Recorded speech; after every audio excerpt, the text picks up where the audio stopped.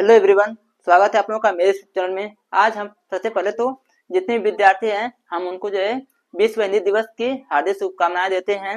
और इसी हार्दिक शुभकामनाओं के साथ हम जो है लेकर आए हैं क्लास 10 का जो हिंदी का जो सिलेबस है उसके बारे में हम चर्चा करेंगे, उसके बारे में हम डिस्कस करेंगे और बताएंगे कि जो है कितने चैप्टर आपको पढ़ना है और वो कितने कितने मार्क्स के हैं, इसके बारे में हम चर्चा करेंगे। तो चलिए हम वीडियो को स्टार्ट करते हैं, क्योंकि अगर हम अगर कुछ एडवाइस देंगे तो हमारी वीडियो ज्यादा लंबा हो जाएगी। तो चलिए हम वीडियो को स्टार्ट करते हैं। चलिए देखिए, तो जो हम चर्चा कर रहे हैं वो है हमारा क्लास यानी कक्षा 10। जो क्लास 10 का जो क्या है हिंदी है, हिंदी का क्या है, हिंदी का पाठ्यक्रम चर्चा करेंगे। कक्षा 10 का जो हिंदी है, हिंदी का सिलेबस, हिंदी का पाठ्यक्रम, उसके बारे में हम चर्चा करेंगे। तो चलिए हम बताते हैं कि पहले हमें क्या क्या पढ़ना है और जो है क्या क्या हमें एग्जाम में पूछे जाएंगे। तो देखिए जो हमारे एग्जाम में जो पूछे जाएंगे वो दो खंड रहेंगे, खंड अ और खंड ब। खंड अ में जो रहेगा खंड अ,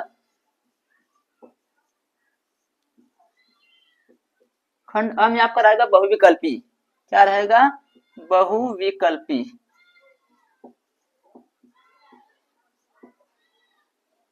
बहुविकल्पी क्या रहेंगे? प्रश्न रहेंगे।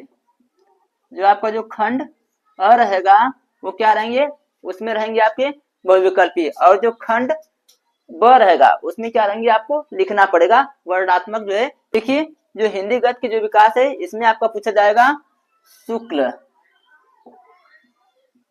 शुक्ल और पूछा जाएगा शुक्लांतर युग, शुक्लांतर युग के बारे में पूछा जाएगा। और जो है जो हिंदी पद की जो विकास है इसमें आपके पूछे जाएंगे रीतिकाल, रीतिकाल से क्वेश्चन आएंगे। और रीतिकाल क्या होते हैं, रीतिकाल पूछेंगे। और भी जो है बहुत से हैं क्वेश्चन जो आपसे पूछे जाएंगे, ज्यादातर रीतिकाल से क्वेश्चन आते हैं। और भी कुछ होते हैं छायावादी से क्वेश्चन आते हैं, और भी जो है आदिकाल से आते हैं, रीतिकाल से आते हैं। ये सब क्वेश्चन आपको आधुनिक काल से आते हैं, क्वेश्चन आपको मिलेंगे हिंदी पद के विकास में। अब देखिए जो अगला हमें जो पढ़ना है वो क्या है, काव्य सौंदर्य के तत्व। इसमें हमें क्या पढ़ना है, काव्य सौंदर्य के तत्व में हमें पढ़ना है रस, और क्या पढ़ना है अलंकार। रस में आप क्या आते हैं, हास रस, वीर रस, कौर रस, ये सब क्या आते हैं, ये सब तो आते हैं इसमें रस में। और जो अलंकार है, अलंकार में आपको पढ़ना पड़ेगा रूपक अलंकार, उत्प्रेक्षा अलंकार, यमक अलंकार, ये सब चीजें आपको अलंकार में पढ़ना पड़ेगा। जो छंद है, छंद में आपको पढ़ना पड़ेगा रोला, क्या पढ़ना पड़ेगा रोला, और क्या पढ़ना पड़ेगा सोरठा पढ़ना पड़ेगा। ये चीजें क्वेश्चन आपसे पूछे जाते हैं। ये सब जो एक नंबर के क्वेश्चन है जितने भी हैं। अब देखिए जो है व्याकरण, अगर हिंदी व्याकरण की बात करें तो हिंदी व्याकरण में आपसे पूछ जाएंगे उपसर्ग और प्रत्यय, प्रीफिक्स और सफिक्स पूछे जाएंगे, ये भी आपके एक नंबर के रहेंगे। और जो समास है, समास, समास में आपसे क्वेश्चन पूछे जाएंगे जितने समास है, द्विगु समास, द्वंद्व समास, बहुब्रीहि समास, कर्मधारय समास, अव्ययी भाव समास, तत्पुरुष समास, ऐसे क्वेश्चन क्या है ये समास में आते हैं। और देखिए जो तद्भव तत्सम है, तद्भव तत्सम भी आपसे पूछे जाएंगे। जैसे होता है मिट्टी का मृतिका होता है, घी का घृत होता है, तो ऐसे क्वेश्चन आपको तद्भव तत्सम में पूछे जाएंगे। चलिए अब हम बात करते हैं संस्कृत व्याकरण की। अगर संस्कृत व्याकरण की बात करें तो संस्कृत व्याकरण में आपसे क्वेश्चन पूछे जाते हैं सर्वनाम, सर्वनाम में आपसे पूछे जाएंगे तद युष्मद। जैसे आप लोग बालक रूप आपको पता होगा, बाल का, बाल को, बाल का, ऐसे क्वेश्चन आपको तद और युष्मद में आपको याद करना पड़ेगा, ऐसे क्वेश्चन इसमें आते हैं। मैं खुद इसकी तैयारी करवाऊंगा। और देखिए जो वाक्य अगला जो है सेकेंड, वो है वाक्य का रूप। इस देखिए जो वाच्य है, तो अगर बात करें हम पद परिचय, तो इसमें क्या होते हैं विकारी और अविकारी शब्द। इसमें आपको जो है संज्ञा पद होते हैं और होते हैं कुछ सर्वनाम पद होते हैं, और क्या होते हैं विशेषण पद होते हैं, विशेषण पद होते हैं। इसको पढ़ना है पद परिचय, पद परिचय में पढ़ना पड़ेगा विकारी और अविकारी शब्द। जो ये सब आपको पढ़ना पड़ेगा संज्ञा पद, सर्वनाम पद और विशेषण पद, ऐसे ही क्रिया पद है, ऐसे है आपको ये पढ़ना है पद परिचय। चलिए अब हम बात करते हैं अगर खंड ब की, अगर हम बात करते हैं खंड ब की, तो खंड ब में आपको पढ़ना पड़ेगा ये चीजें जो आपको लिखा गया है। इसमें आपको क्या करना पड़ेगा, इसमें आपको वर्णन करना पड़ेगा, इसमें आपको वर्णन करना पड़ेगा और इसमें क्या करना पड़ेगा, इसमें आपको खुद बहुविकल्पी क्वेश्चन होंगे जो आपको खुद लिखना पड़ेगा। तो चलिए हम देखते हैं इसको, जो हमको खुद वर्णन करना, जो हमें खुद लिखना है उसके बारे में देखिए क्या करते हैं, डिस्कस करते हैं। जैसे कि यहाँ पे गद्यांश पर आधारित प्रश्न, कुछ ऐसे आपको मिलेंगे क्वेश्चन, पैसेज मिलेंगे जिसमें उसके नीचे आपको क्वेश्चन लिखे रहेंगे, उस क्वेश्चन को आपको आंसर देना पड़ेगा। पहले तो आपको उसका संदर्भ लिखना पड़ेगा, फिर प्रसंग, फिर व्याख्या, फिर उसमें जितने क्वेश्चन पूछे जाएंगे उस क्वेश्चन को आपको उस पैराग्राफ के अनुसार आपको आंसर देना पड़ेगा। तो ऐसे ही सेम देखो पद्यांश में है, गद्य का हो गया और पद्यांश में से वही तरीका है, आपको पैसेज मिलेंगे, उसके नीचे आपको क्वेश्चन मिलेंगे, उस क्वेश्चन को जो पहले तो आपको संदर्भ करना पड़ेगा, फिर प्रसंग व्याख्या लिखना पड़ेगा, उसके बाद से जो क्वेश्चन पूछा जाएगा उस क्वेश्चन का आपको आंसर देना पड़ेगा।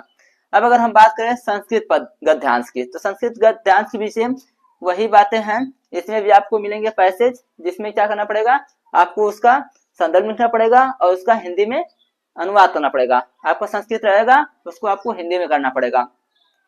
रही बात अगर पद्यांश की, तो पद्यांश की भी सेम वही बात है, पद्यांश में भी आपको वही करना पड़ेगा, आपको पैसेज मिलेंगे, आपको उस पैसेज को पढ़ना पड़ेगा, जो आपको पद मिलेंगे वो जी, फिर उसका जो आपको संदर्भ निकाल के उसका आपको हिंदी में अनुवाद करना पड़ेगा। अगर हम बात करें खंडकाव्य का, तो खंडकाव्य में जैसे अगर आप लोग पढ़े हैं, अगर पूजा पढ़े हैं, तो उसमें क्वेश्चन आपको आएंगे, श्री कृष्ण के बारे में लिखना पड़ेगा। तो इसमें आपको उसका चरित्र चित्रण पूछेगा कि आप जो उसका चरित्र चित्रण लिखिए। अगर आप लोग पढ़े हैं तो वो क्वेश्चन आपको जरूर मिलते हैं, वो अनिवार्य है कि क्वेश्चन आपको आते ही आते हैं।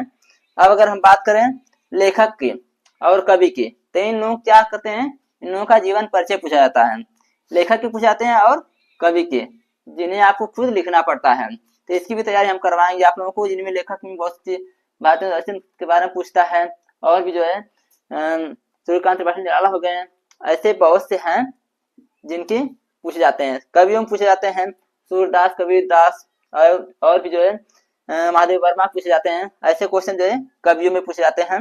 और अगर हम बात करें श्लोक की, तो श्लोक में जो है आपको एक जो है श्लोक याद करना पड़ता है, जो खुद जो है उस पेपर में ना हो, उस पेपर से हट के जो है कुछ आपको एडवांस देना पड़ेगा।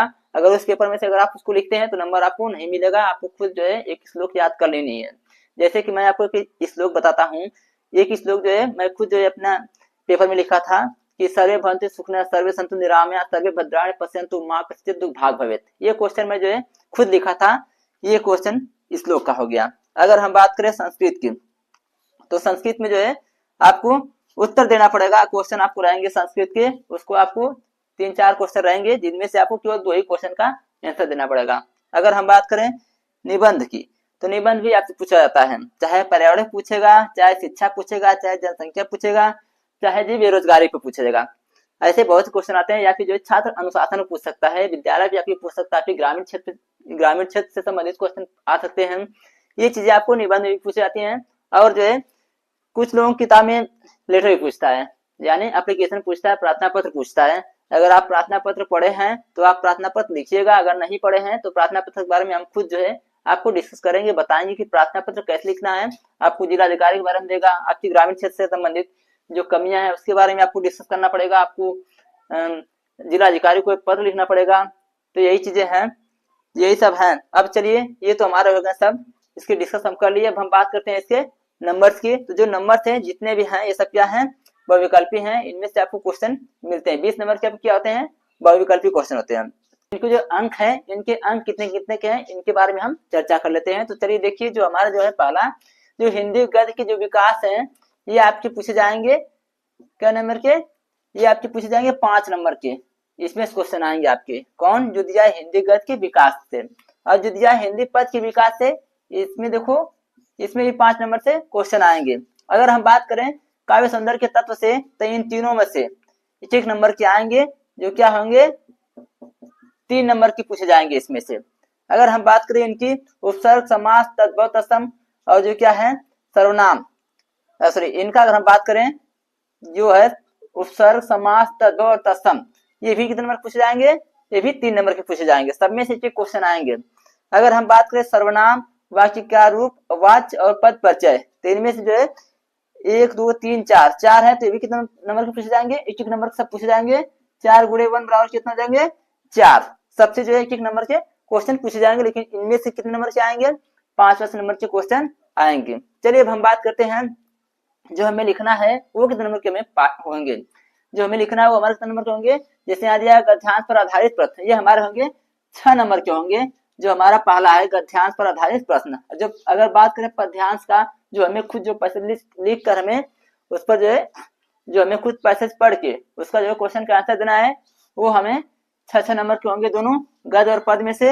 अगर हम बात करें संस्कृत का, जिसमें आपको जो है उसका संदर्भ भी लिखना है और उसका व्याख्या भी करना है, अनुवाद भी लिखना है, वो भी आपके 5 नंबर के होंगे।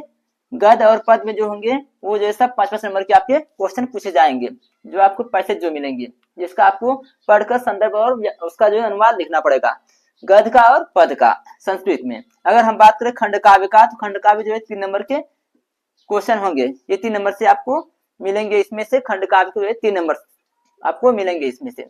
अगर हम बात करें लेखक का, अगर लेखक के जीवन परिचय की बात करें और कवि के जीवन परिचय की बात करें, तो ये जो है 5 नंबर के क्वेश्चन पूछे जाते हैं। 5 नंबर जो है लेखक के कवि का परिचय पूछेगा, और ये 5 नंबर जो है 5 नंबर जो है लेखक का जीवन परिचय पूछेगा, और जो है 5 नंबर जो है कवि का जीवन परिचय पूछेगा। अगर हम बात करें श्लोक का, तो श्लोक का जो है ये 2 नंबर का है। श्लोक अगर आप लिखेंगे तो आपको 2 नंबर उसमें से मिलेंगे।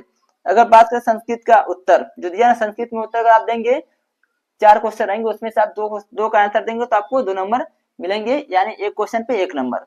अगर हम बात करें निबंध का, अगर आप निबंध लिखेंगे, चाहे जिस पर पूछा हो निबंध, चाहे पर्यावरण पर पूछे, चाहे जो आपका शिक्षा पूछे, चाहे जो छात्र अनुशासन पे पूछे, या फिर जनसंख्या पूछे, या बेरोजगारी पूछे, जिस पर पूछेगा आपको ये 7 नंबर का मिलेगा। 7 नंबर का आपका निबंध है।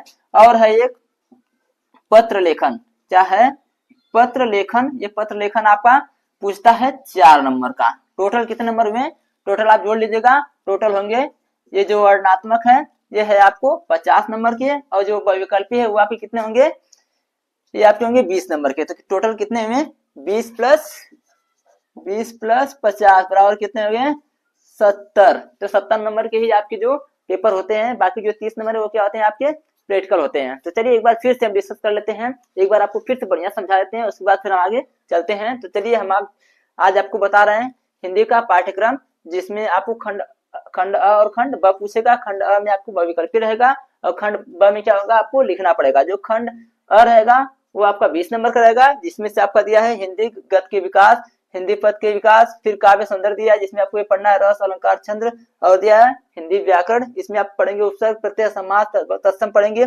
जो संस्कृत व्याकरण है उसमें आप पढ़ेंगे समास, सर्वनाम पढ़ेंगे, वाक्य का रूप पढ़ेंगे, वाच्य पढ़ेंगे, पद परिचय पढ़ेंगे। ये इसमें से आपको मिलेंगे 20 नंबर। अब जो लिखना है उसको देख लीजिए, गद्यांश पर आधारित प्रश्न, पद्यांश पर आधारित प्रश्न, आपको मिलेंगे पैसेज आपको मिलेंगे। उस पैसेज में क्या करना होगा, आपको क्वेश्चन भी रहेंगे, आपको पूछेगा, कहेगा कि आप उसका संदर्भ लिखिए, व्याख्या लिखिए, फिर उसमें जो क्वेश्चन होंगे उस क्वेश्चन को आपको सॉल्व करना पड़ेगा। तो ये हो गए गद्यांश और पद्यांश की बात हो गई।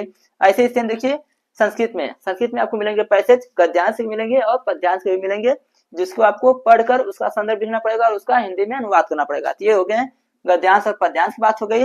अब आपके पूछते हैं खंड काव्य। खंड का अगर आप खंड काव्य पढ़े हैं अगर पूजा का, तो उसमें आपको पूछेंगे, उसमें आपका पूछा जाएगा चरित्र चित्रण पूछा जाएगा, जो कथानक हैं, जो उनके जो प्रमुख पात्र हैं उनका पूछा जाएगा। अब अगर बात करें लेखक के जीवन परिचय, तो इसमें आपको 5 नंबर के पूछे जाएंगे। लेखक का जीवन परिचय लेखक पूछेंगे, और जो है कवि के, जिसमें से आपको एक का जीवन परिचय देना पड़ेगा। अब अगर बात करें श्लोक का, तो श्लोक जो है 2 नंबर के रहेंगे। तो श्लोक हम आपको बताएं, चाहे तो आप वो भी श्लोक लिख सकते हैं कि सर्वे बंधु सुखिनः सर्वे सन्तु निरामया सर्वे भद्राणि पश्यन्तु मा कश्चित् दुःख भाग् भवेत्। और अगर हम बात करें संस्कृत में उत्तर, अगर आप संस्कृत में उत्तर दे रहे हैं, 2 क्वेश्चन आपको सोल्व करना है, अनिवार्य है, कंपल्सरी है। अगर आप दे देंगे तो आपको 2 नंबर मिलेंगे। अगर बात करें निबंध का, तो निबंध जो है आपको 7 नंबर के मिलेंगे, अगर आप उसको सोल्व कर देंगे तो। फिर उसके बाद आपको आएगा पत्र लेखन। तो यही सब है क्राइटेरिया, यही सब है इसके जो सिलेबस है हिंदी का। तो चलिए मिलते हैं नेक्स्ट वीडियो में, तब तक के लिए धन्यवाद।